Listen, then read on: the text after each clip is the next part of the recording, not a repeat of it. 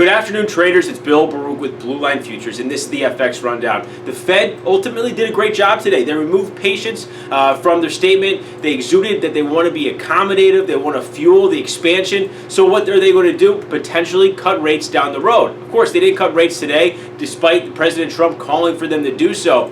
Right now, though, we're seeing the probability of a rate cut through the end of July, the July 31st meeting, up to 70% for 25 basis points and nearly 30% for a 50 basis point cut. There's actually a 0% chance that they leave rates unchanged at that July 31st meeting. So they did a good job in letting the markets believe that they want to be accommodative. And right now, going forward, it's going to matter about the data. The manufacturing data has been poor. Earlier this week, New York Empire State manufacturing was some of the worst we've seen over the last 3 years.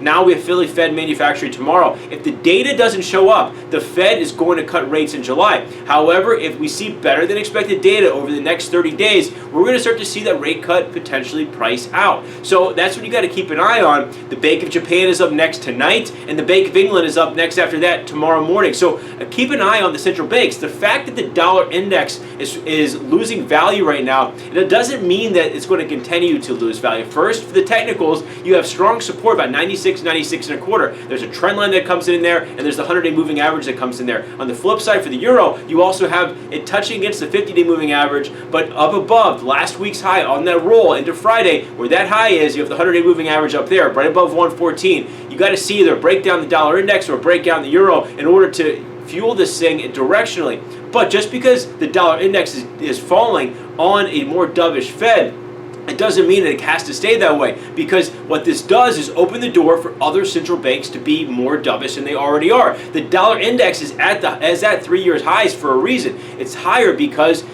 you're seeing the other central banks look to a race to debase, essentially, is what we're seeing here. So if the Bank of Japan takes a more dovish turn tonight, or the Bank of England tomorrow, or the ECB, earlier this week we heard ECB President Mario Draghi talk about cutting rates this year if inflation doesn't firm. So look at what the other central banks do in their message, and that's what you have to look at and how it's going to move the dollar index. So we're going to be in tune for quite a bit of volatility over the coming weeks, and that's where you have to keep your ear to the ground. Give us a call if you have any questions, 312-278-0500. You can email us at info@bluelinefutures.com. You can check our website for updates. You can sign up for a free trial of research there. But remember, futures trading involves substantial risk of loss and is not suitable for all investors. Thanks a lot.